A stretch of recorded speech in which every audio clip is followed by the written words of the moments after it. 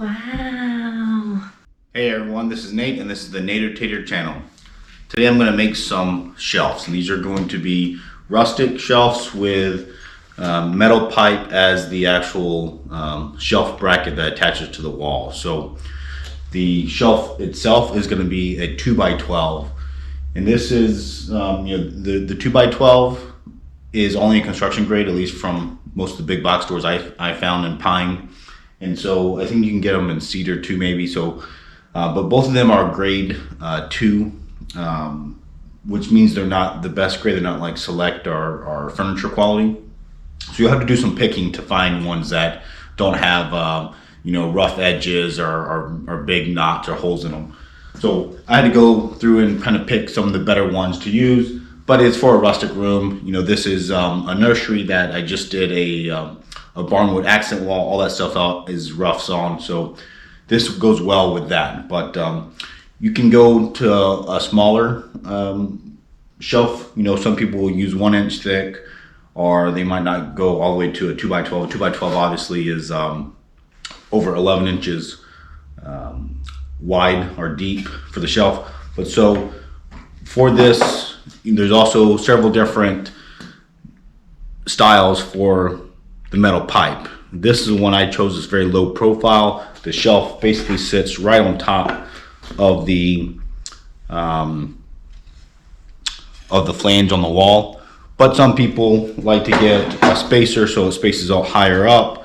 Other people maybe don't have the flange on the shelf itself. They keep it straight and they put the shelf right on this metal pipe. For me, I have a 1/2 inch flange. I have a 4 inch long 1/2 inch pipe. And then I have a street elbow. So street elbow is the female on one end and the male on the other end. So this is the lowest profile you can get for a 90 degree. But then some people, instead of the street elbow, they'll put a standard elbow, and then they'll have a length of pipe, and they'll make that pipe go actually through a hole in the shelf, and then they'll put a cap on top. So lots of different methods you can do.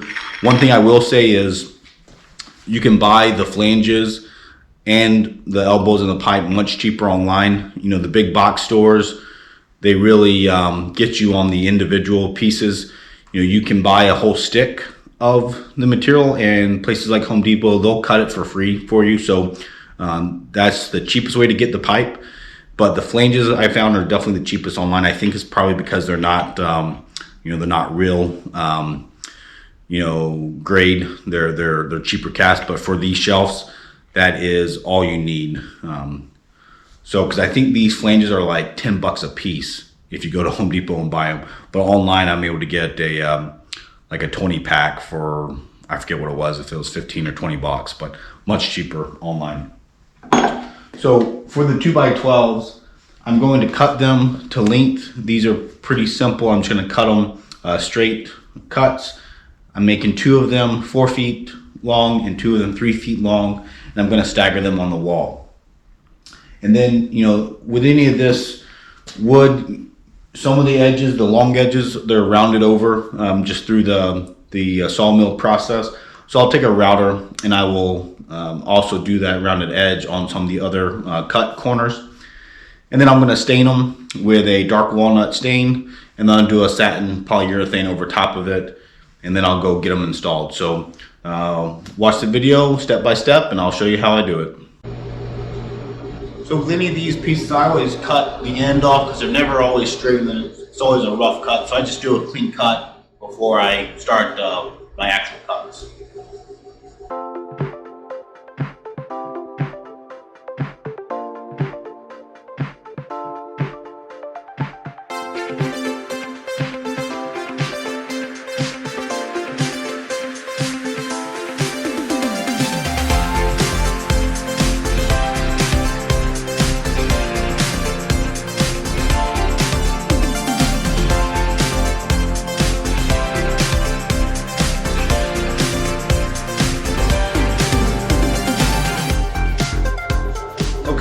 So you can see, from the mill itself, the edges of the long side are already rounded, but obviously my new cut edges are not. So I'm gonna get a router bit out and just kind of finish that off, and then I'll sand these down some.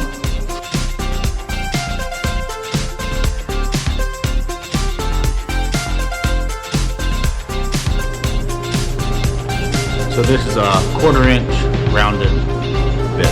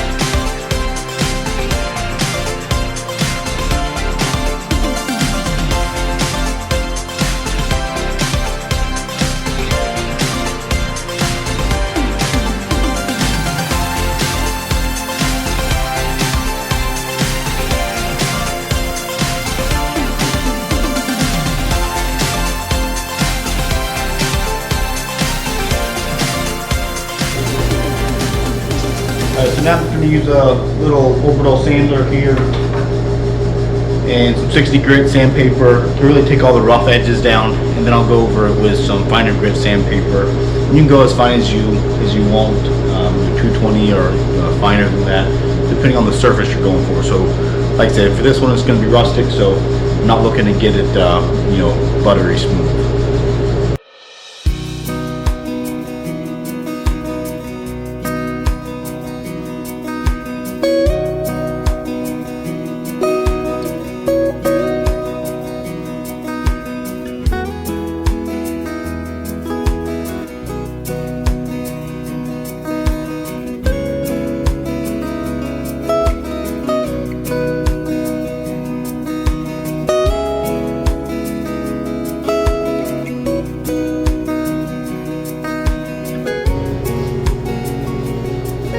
Okay, there we have it. So now I have my boards. They're all rounded over for the edges, and then I sanded them all. So now I just need to wipe them all down, get all the sanding dust off of them, and then we can start staining.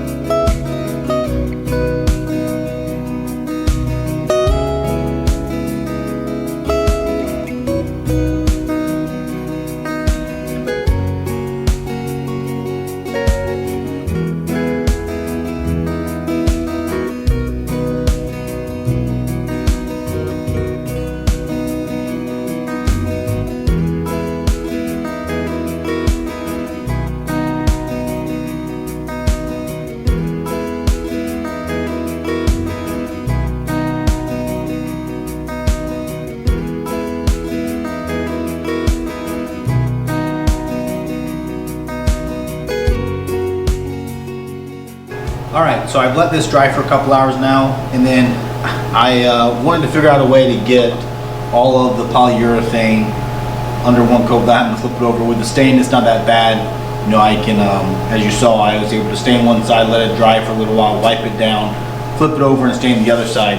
For the polyurethane, it's not as easy, and it's, you get lap marks. So since one edge is going up against the wall, that's the edge I do not need to polyurethane, but all the other edges need to be polyurethane. So what I did is I came up with just a little solution where I screwed some scrap 2x4s to the bottom of them to keep it from flipping over, and in this way I can stain all of the edges except for the edge, polyurethane, all the edges other than the one that goes against the wall. So that's what I've done. So let me go through and do a coat here. I'll have to let it dry for about 4 hours, and then do another coat.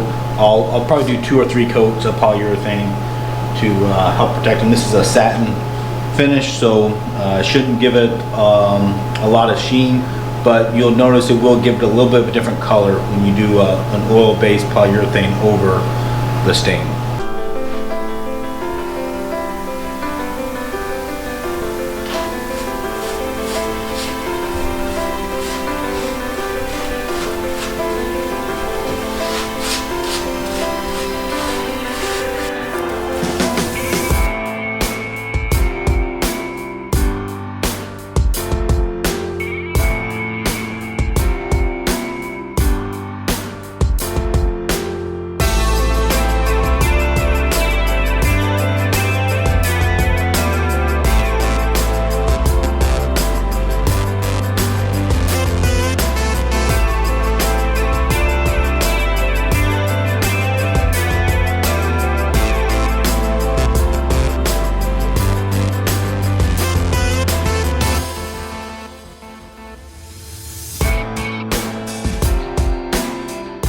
All right, there we have it. These are all polyurethane with their first coat. I'll let it dry 4 or more hours, then I'll come in and do another coat. All right, I'm back inside, and so as you remember, I'm using this metal pipe as my shelf support that actually attaches the shelf to the wall. And these things come in little packages, and they're typically pretty oily or dirty, and that's partly because they use a cutting fluid when they cut the threads in the pipe or into these other fittings. So they come and they're all nasty. You touch them, your hands get all black and dirty, and so you really do want to clean them up, even if you're not planning on painting them. I don't plan to paint them, but if you did, you obviously need to get any of this grease and oils off of there. So what I like to use is Super Clean. You know, it's a deep cleaner that is biodegradable, and then also it doesn't reek like some of the chemicals, so you don't have to feel like you're gonna faint if you're sprayed inside. So I like to use it. I just coat this stuff with it nice and good and let it soak in there for a few minutes, and then take a scrub brush and scrub away at it. And that's what I'm gonna do with these guys. Just get them all cleaned off, and then I'll rinse them off.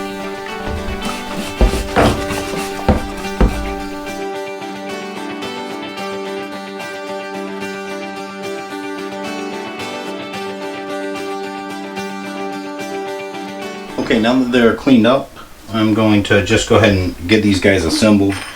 And it doesn't have to be tight, so you don't have to use an actual pipe wrench to get these things. You just need to make them snug, and that'll be perfectly fine. And then you can adjust them, obviously, thread them in and out if they're a little bit off of each other. So I'm just going to thread them. You know, I have my 4-inch piece. This is all 1/2-inch pipe size. And then I have my street elbow. And then that street elbow goes right into another flange on the end. So this goes right on the wall like this, and then the shelf supports there. And so, the other thing I've done is the flanges have 4 holes for the studs. Obviously, they're going to go vertical, and so I'm going to have these holes pointed up and down so I can grab the stud, and then the other 2 holes will just be decorative.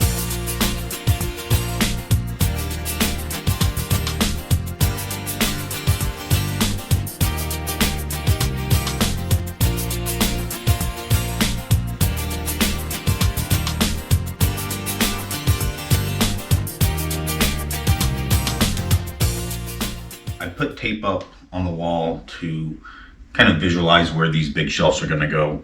They do stick out quite a ways, so I brought them in here and we set them up there.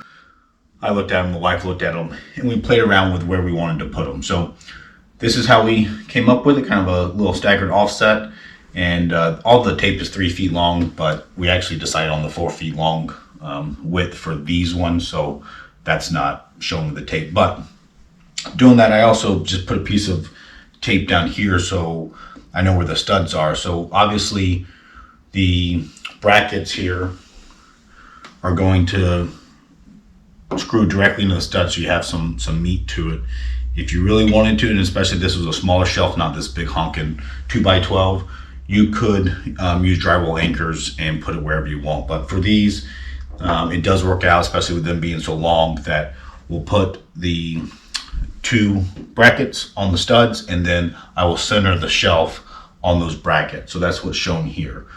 So I take these out, I make sure these are level and the distance apart of them is all symmetric.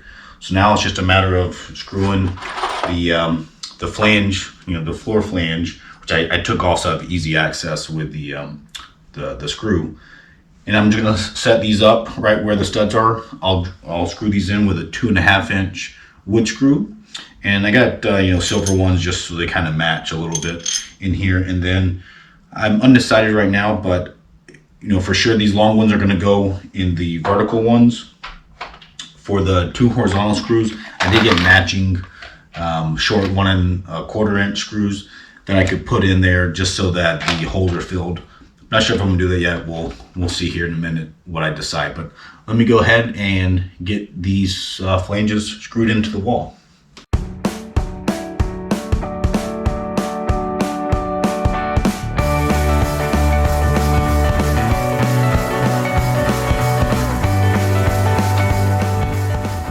have it, those are in there. So now I'll take the remaining part of my bracket and I'll just thread these in, and then I'll thread them, you know, obviously so that the shelf bracket is horizontal, and then I can set the shelf on there, and then I can screw the this flange to the shelf itself, and then it'll be secured.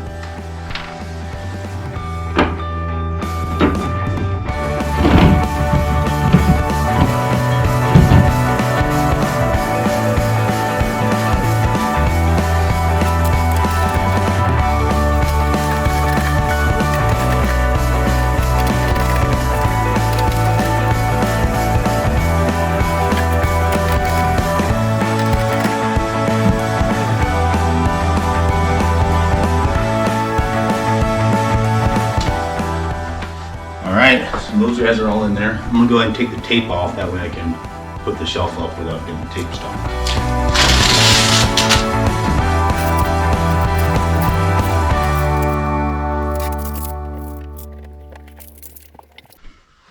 Alright, now the fun part, the shelves. Alright.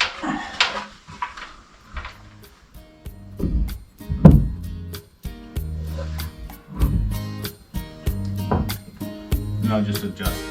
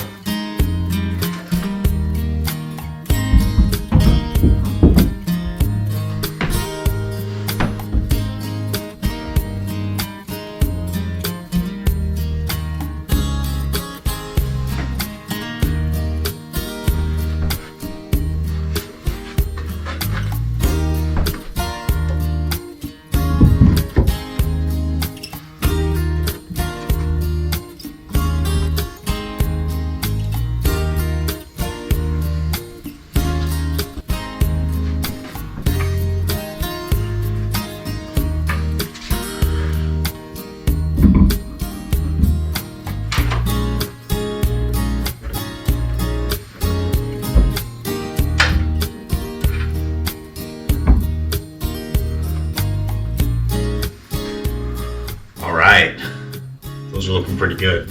So now I need to obviously screw the shelf, but I'm going to get the shelf centered on the brackets, and then I'll put all 4 screws. For that one I'm just using 1 1/4 inch long screws. It don't have to be very big, but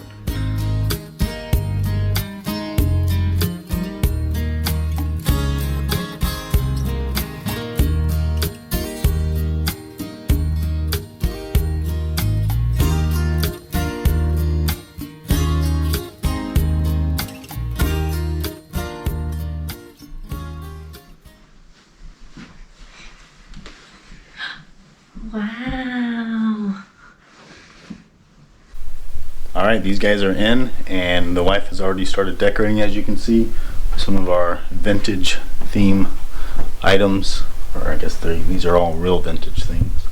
But so I think it goes really well with the barnwood accent wall. If you want to see how I put this wall up or other shelves in this nursery, feel free to look at my channel and subscribe. I'll be doing some more things for this nursery in the next coming weeks and months.